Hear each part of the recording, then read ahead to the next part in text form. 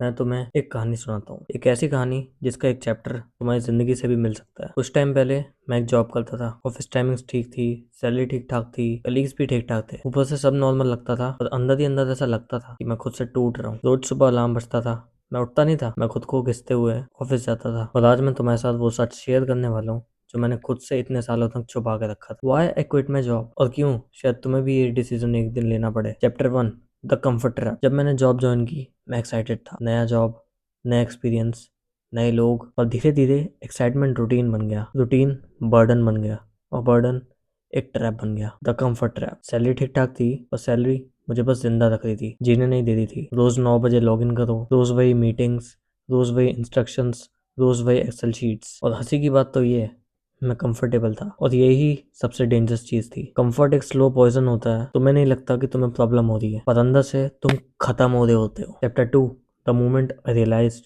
That I was losing myself. एक दिन office से आते टाइम मैं लिफ्ट में था।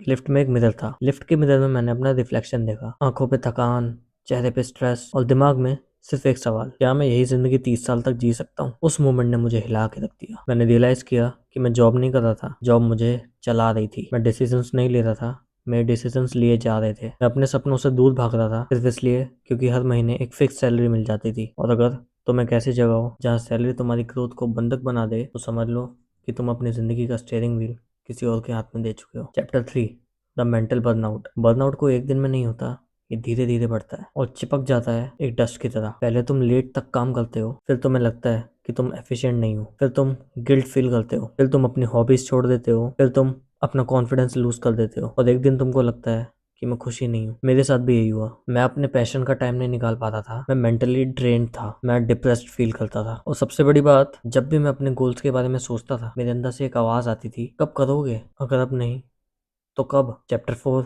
The fear that held me back. Job छोड़ना आसान नहीं होता। लोग सोचते हैं कि बस रिजाइन कर दो, पर असल में ये एक इमोशनल वॉर होता है। मैं बहुत ज़्यादा डर रहा था कि स्टेबिलिटी जाएगी, सैलरी जाएगी, लोग जाएंगे, लोग क्या कहेंगे, फैमिली समझेगी या नहीं, मैं फेल हो गया तो। लेकिन फिर मैंने एक लाइन पढ़ी, something scares you and excites you at the same time, do it. और मुझे समझ आ गया कि मैं डर से नहीं, कंफर्ट से बंधा हूँ, और कंफर्ट कभी किसी को ग्रेट नहीं बनाता। Chapter 3, the day I quit. Resign letter लिखना सबसे मुश्किल पार्ट नहीं था, सबसे मुश्किल पार्ट था सेंड बटन को प्रेस करना। और जैसे ही मैंने उस बटन को प्रेस किया, बहुत सारी चीजें क्लियर हो गई। मुझे लगा जैसे वेट उतर गया हो। पहली बार मुझे ऐसा लगा कि मैंने खुद का डिसीजन खुद लिया है। कोई गारंटी नहीं थी, फ्यूचर क्लियर नहीं था, पर एक चीज बहुत ज्यादा क्लियर थी, अगर मैं रिस्क नहीं लेता तो रिग्रेट के साथ जीता। Chapter 6, what happened after I quit. Job छोड़ने के बाद लाइफ इजी नहीं हुई, पर रियल हुई। मैंने कंटेंट क्रिएशन स्टार्ट किया, स्किल सीखना शुरू किया, कोर्सेस किए, फ्रीलांसिंग ट्राई की। और हाँ, पहला एक मंथ बहुत ज़्यादा टफ था, दूसरा मंथ थोड़ा कॉन्फिडेंस आया, तीसरे मंथ लगने लगा कि हाँ, मैं कुछ कर सकता हूँ। और सबसे अच्छी बात ये कि मैं खुद के लिए काम कर रहा हूँ। मैं जो बन रहा हूँ वो सैलरी से नहीं, एफर्ट से डिफाइन हो रहा है। Chapter 7, the last chapter, the real message. मैं तुम्हें ये वीडियो जॉब क्विट करने को इनकरेज नहीं कर रहा, मैं तुम्हें सिर्फ एक ट्रुथ समझा रहा हूँ। अगर तुम्हारी जॉब तुम्हें मेंटली, इमोशनली और क्रिएटिवली एग्जॉस्ट कर रही है, तो तुम्हारे सपने तुम्हारी तरफ नहीं बढ़ेंगे, तुम्हें उनकी तरफ बढ़ना पड़ेगा। जॉब बुरा नहीं होता, गलत जॉब बुरा होता है। और अगर तुम्हें लगता है कि तुम गलत जगह हो, तो तुम अपने से एक सवाल पूछना, क्या मैं यही जिंदगी 20-30 साल जी सकता हूँ? और अगर जवाब नहीं है, तो आंसर तुम्हें खुद भी पता है। लाइफ एक ही बार मिलती है, उसे किसी और के टारगेट के लिए मत जियो, अपने ड्रीम के लिए जियो। Thank you so much for watching. और अगर तुम इस जर्नी का पार्ट बनना चाहते हो, मुझे सब्सक्राइब करना, और मिलते हैं आपसे नेक्स्ट वीडियो में।